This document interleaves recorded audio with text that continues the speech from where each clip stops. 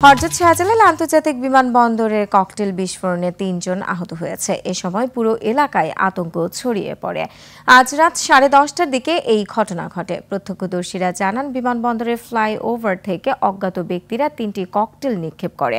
এর মধ্যে একটি ককটেল বিমানবন্দরের আউট গেটে বিস্ফোরিত হয়ে 3 জন আহত হয়। আহতদের মধ্যে একজন বিদেশগামী সহযাত্রী এবং 2 জন পথচারী ছিলেন। অন্য দুটি ককটেল সেন্টার পয়েন্ট শপিং মলের সামনে বিস্ফোরিত হয়, তবে সেখানে কেউ আহত হয়নি। ঘটনার পর আইন শৃঙ্খলা রক্ষাকারী বাহিনী দ্রুত ঘটনাস্থলে পৌঁছে এলাকা ঘিরে ফেলে।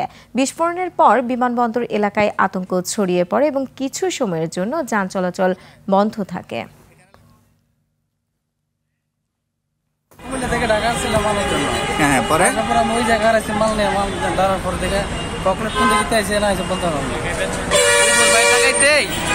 কি জানি মারছে এটার ভিতরে প্যারাক, তারপর অনেক কিছু আছে।